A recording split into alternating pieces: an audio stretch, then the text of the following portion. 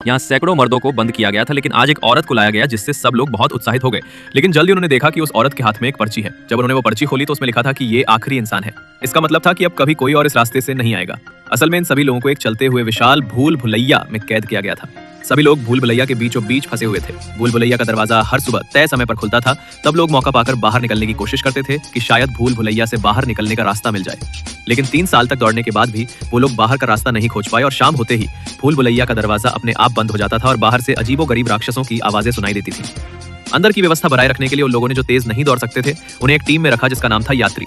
हर दिन यात्री बाहर जाकर रास्ता खोजने की कोशिश करते और बाकी लोग भूल भुलैया के बीचों बीच एक ठिकाना बनाते, फसलें उगाते और जीवन को आगे बढ़ाते। इसी तरह सभी लोग एक आदिम जीवन जीने लगे। लेकिन भूल भुलैया के अंदर अचानक होने वाली घटनाओं की वजह से कई लोगों की मौत भी हो जाती थी।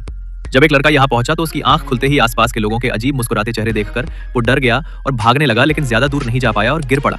जब उसने सिर उठाया तो देखा चारों तरफ बहुत ऊंची दीवारें थीं। ये दृश्य देखकर वो कुछ पल के लिए स्तब्ध रह गया। उसकी याददाश्त भी चली गई थी।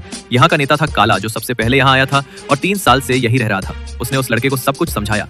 लड़का हैरान था कि एक दीवार में एक रास्ता है, लेकिन काला उसे नहीं बताता कि उस रास्ते में क्या है। बस ये कहता है कि वहां जाना मना है। लेकिन एक दिन लड़के ने देखा कि 2 लोग उस दरार में घुसने की कोशिश कर रहे हैं।